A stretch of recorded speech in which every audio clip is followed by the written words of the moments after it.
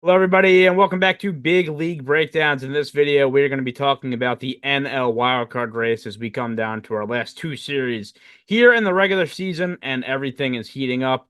All four of the guys are here today, as maybe you just watched our AL video on the wildcard, which was spicy. Talked about the Gritty Tigers, talked about the Twins, the Royals, but now we head over to the NL, talking about the Mets, the Diamondbacks, the Braves, and can the Padres catch the Dodgers to win the NL West? We will talk all about that in this one. And let's get right into it, guys, by talking about the Mets and the Braves. So, as we're recording this on September 25th, their series has been postponed until Monday the 30th. So, we will not get the results of the biggest series of the year in the NL wild card, and that's a little unfortunate. But I mean, Will, for these two teams, the Braves have the Royals coming up, and the Royals have kind of been up and down. The Braves have seemingly been out of it. It feels like, but they're sticking around. What is your outlook in this team with for them just 5 games remaining? Things are playing out against them. And boy, as a Phillies fan, it's a shame to say that the Braves may not make the postseason this year. And all I gotta say is I'm not rooting for the Mets to beat the Braves. I'm just rooting against the Braves. But I think the Braves still have an outside chance. And I'm not even going to completely rule out that the Braves make it over the Diamondbacks. Is it likely? Again, most likely not. But the Braves are only a half game back of the Diamondbacks at this moment, so it's possible that by the time this video is up, that they are tied for the third wild card spot. The Braves have just been so inconsistent offensively that it's hard to watch at times. They've sure had the injury to Acuna, but their superstars when healthy are just not stepping up. Almost all of them, except for Ozuna, have had down years than what you expected. That being said, the pitching at times has been absolutely electric to the point that you would not even believe that, oh, yeah, Spencer Strider hasn't contributed in any way. And part of that is that Chris Sale is, you're going to play the best video of all time, please. But I thought about that when you said Acuna. I really did. but The first I thing I can't thought of. not think about it, bro. and while the Braves pitching has an ERA of 2.75 this month, I have lots of questions about their offense. Now, pertaining to the matchups, like you said, the Royals are so inconsistent at times that, and their pitching has been pretty bad, especially losing when they go to certain ends of their bullpen. That I do think a sweep by the Braves is in their cards. Facing the Mets is a whole other situation because I could see the Mets pitching stopping them, and then the Braves pitching also matching them. It's just a matter of the Mets maybe getting an extra home run or two.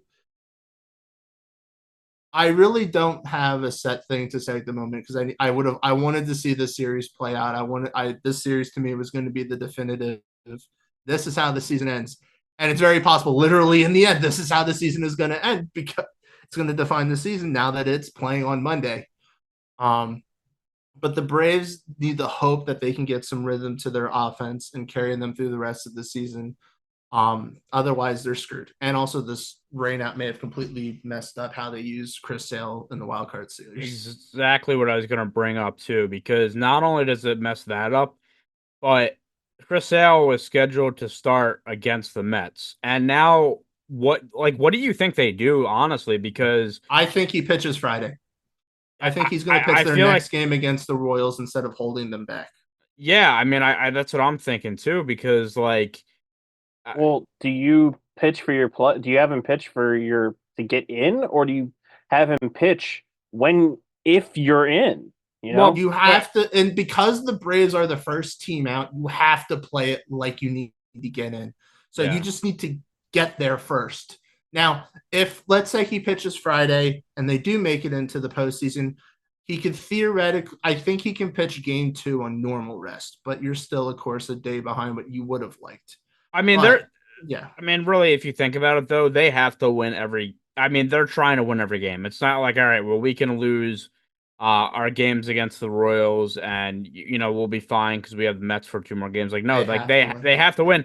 And if he pitches in a game against the Mets, you've then eliminated him from pitching in the playoffs. So it's definitely not. He'll definitely be pitching, but The Braves did win I game mean, 1 versus the it Mets. kind of so. sucks because it feels like this could have been handled better. Like this whole Oh, yeah. situation. And if we want to get into that, I mean, there's a literal hurricane coming, and they decided, the day of game 2 that they're gonna now push it back. It's kind of messed up, and this messed up his matchup. I mean, these pitching matchups favored the at least for game 2, it favored the Braves. And it's almost like, all right, well, if they win that series, I mean, obviously that's a huge outcome in this race, and it kind of screwed it up for them. I guess enough on that, but it definitely could have been handled better.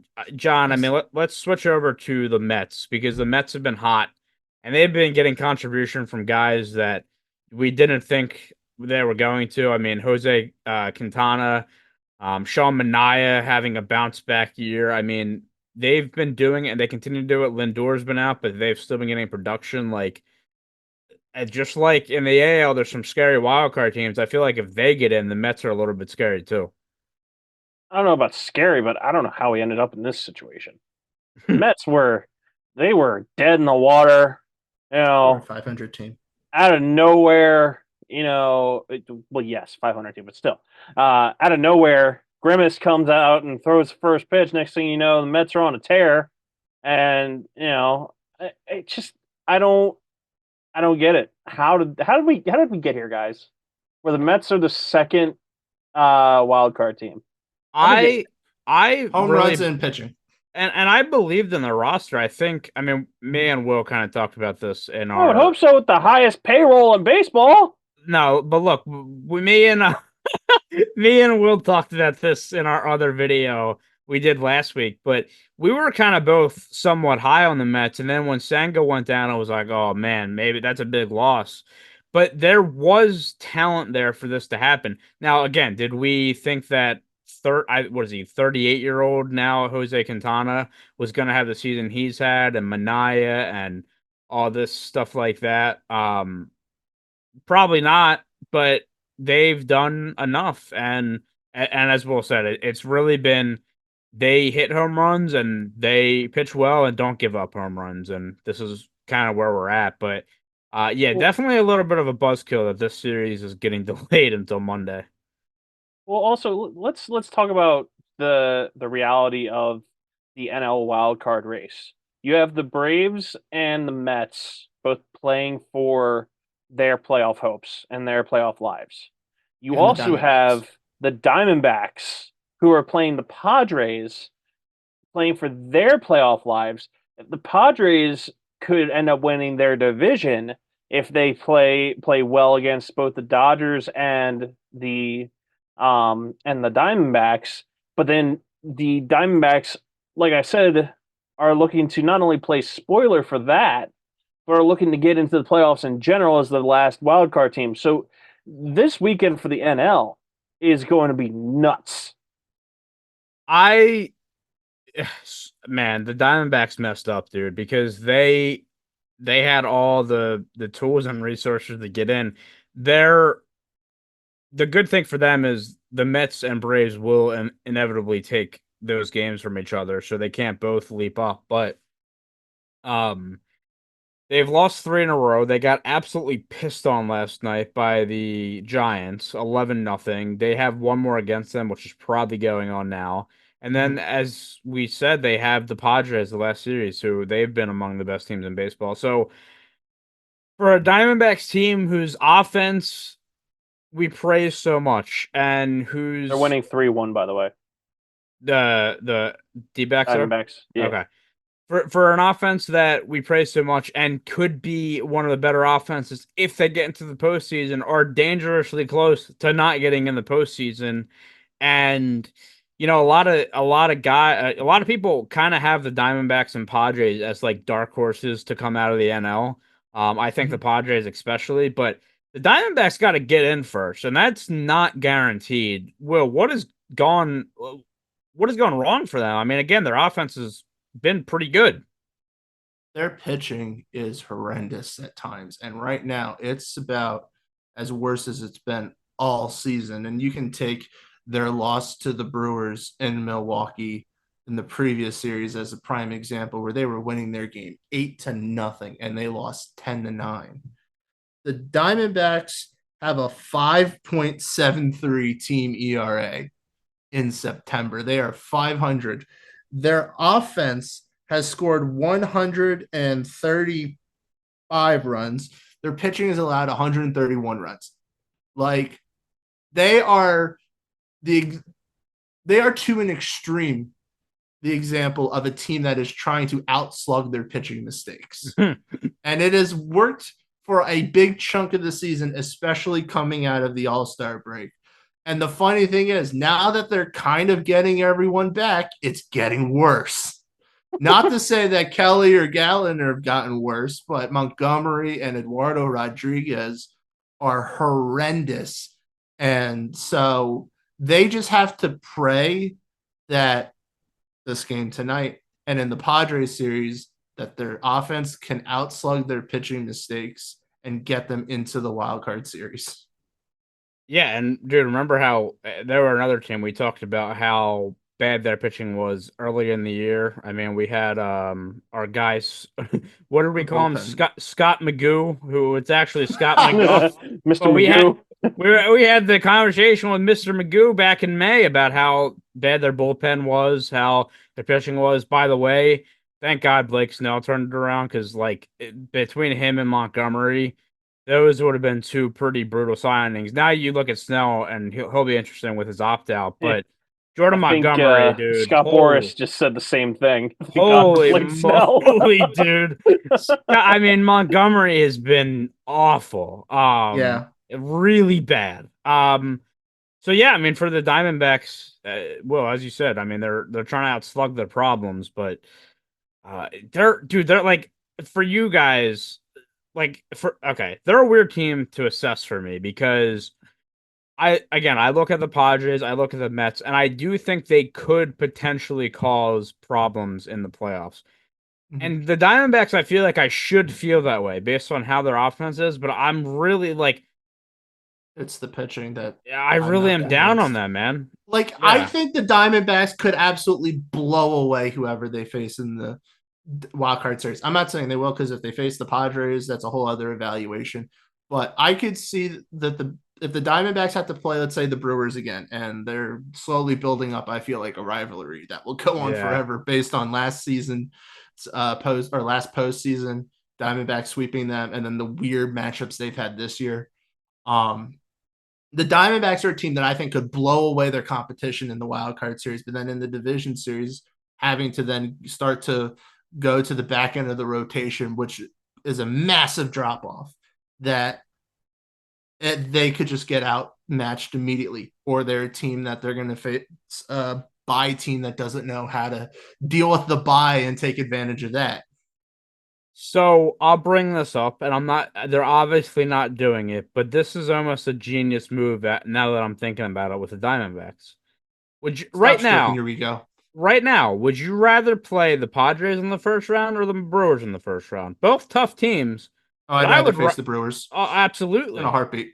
And they have history against them, and it's you know what? They've had their numbers sometimes this year. Maybe them getting the third wild card spot isn't as bad. I'm telling you, the Padres are the team in the NL right now. Like outside of I think the Phillies are the best talented team, but the Padres, in terms of how good they've been, they're scary, man. They are really scary. So then what you're telling me is that you think that the best move for the Diamondbacks is definitely to play spoiler. The best move for the Diamondbacks is to get in. But if they got the third wild card spot, I think it would actually benefit them. I really do. You would avoid the Padres, and we'll see how their last series of the year plays out. Speaking of the Padres, they are 2 games back of the Dodgers for the division. Can't believe we're here either. But the Padres have been on an absolutely crazy tear in the second half of the year, and they beat them yesterday on a triple play to end the game. They're finishing out that series. Oof. I think the Dodgers will be saved by their cupcake of the last series, but do we think the Padres could overtake them? Well, it's 1-0 I Dodgers right now. Okay. I'd Well, say that I think the Padres have a realistic shot to sweep this series versus the Dodgers, partially because they have the season series 8-3. I to say that they can win enough versus the Diamondbacks while the Dodgers play the Rockies, I don't know about that. Then again, the Dodgers looked a little shaky at times playing the Rockies at home this past series. So maybe the Rockies would be the ultimate spoiler. And if they are, then maybe we should all become Rockies fans if they can help dethrone the Dodgers from the NL West. Hey man, I told you in the last video, those division games, they are sneaky. yeah, and you know, what do the Rockies have to play for? Nothing, but that would be an interesting if they came in and just like, you know what? We're gonna help the boys over in San Diego out there. No, they're playing for pride. Screw that. They're not thinking we're going to help out the Padres. No, We're going to show this video game team that we can do this. As we're 60 and 97 and trying to. Well, you know what? They are trying to avoid 100 losses, so There they you do go. it. They do have There you something go. to play for. But yeah, I mean, the Padres have just been absolutely crazy. Like I said in the second half, I forget what I seen their record, and I'm forgetting it now. But I was blown away that. All like they- I don't Their know how many record games. as of right now is 91-66. The Dodgers record is 93-64. It's like And I can't say how many wins the Padres or how many games they played after the All-Star break, but at least in this month in August, they are 32-15. yeah, it's pretty good. And I'm gonna see if I can find this really quick. For because- whatever They were reason. 14-5 in the month of September, 18-10 in Oh, August, I mean, 13-9 in 13-9 July. in July. I just don't know how many games they had in This- July before the break and after. Yeah, I mean they're I 40. feel like What? Oh no, I was just saying they're 45-25 in their last 70. So that's pretty damn good. But again, like I said, I seen a stat that was just absolutely wild. I can't find it right now, but yeah, man, the Padres are contenders, and they are a scary team in the NL. And whoever has to face them, yeah, 54-31 in their last 85. So they're playing good ball. They're playing some good ball, and again, they will be tough. I think that they'll catch the Dodgers. In my opinion, I think the Dodgers will still win the division. But hey, man, the Padres have made it interesting. I like chaos. I want the Yeah, I know you Padres do. to pull this one out. Yeah. You're an agent For of whatever chaos. reason, the Padres always seem to step it up against the Dodgers. It's just for whatever reason.